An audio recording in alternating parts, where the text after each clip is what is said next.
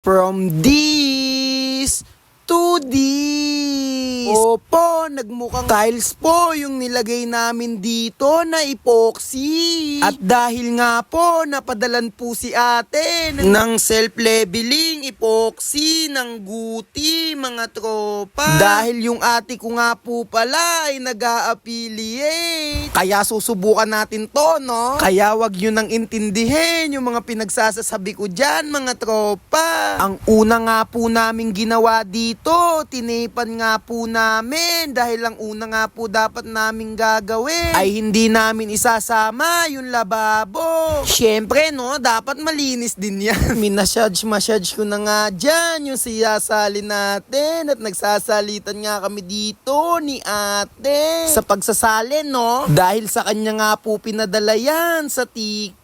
Kaya kailangan nga din pala niya yan i-affiliate. At sa mga gusto nga palang bumili, opo, ilalagay ko po yung sa gilid, mga tropa, yung link. Tapos po, pagkalagay po, may lalagay pa pong puti, tas ihahalo nyo lang po yan. Parang yan po yata yung nagpapatigas. Tapos sinalo-halo ko nga lang po dito. Parang nagbabati lang, no, ng itlog. Tapos po, yung nahahalo ko na nga dyan, may close-up pa nga dyan. Huwag nyo na pong intindihin yung boses ko dahil ginagaya ko po si Erica Pineda. Tapos po, nung nakuha na po namin yung tamang consistency, ilalagay na po natin. Siyempre, hindi natin kakainin, no? Ilalagay natin. Tapos po, yung po, nilagay na po ni ate. At kitang-kita nga, no, na nagse-self-leveling po siya dito.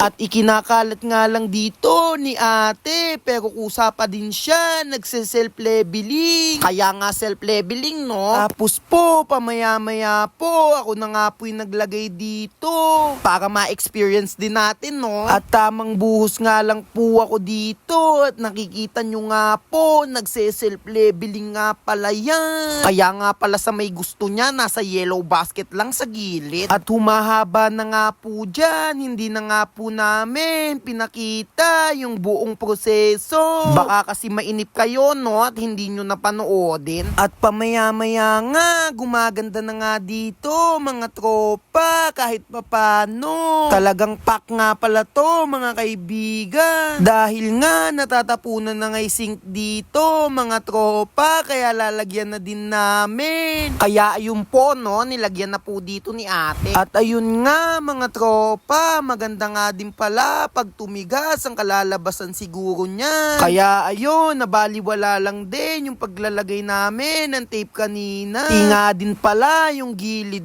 po, nilagyan nga din namin. At ayun na nga po, nakita nyo na nga po, hindi pa po tuyo. 8 hours nga daw kasi yan, no, bago matuyo. At ganyan na nga pala kaganda yung itsura niya, mga tropa, instant tiles talaga. Kaya sa mga gusto, nasa yellow basket nga lang pala yan. At makalipas nga pala ang 8 hours, ganyan na nga pala ang itsura niya. At napakatigas na nga niya pala. Sobrang ganda talaga, no? Para talagang tile. Kaya sinasabi ko sa inyo, mga tropa, instant tiles talaga siya. At sobrang kinis din niya at napakatibay. Para talaga siyang tiles, no? Pwede nga din pala to sa mga banyos. At pag gustong nyo nga pala, nasa yellow basket ko lang. Bye-bye!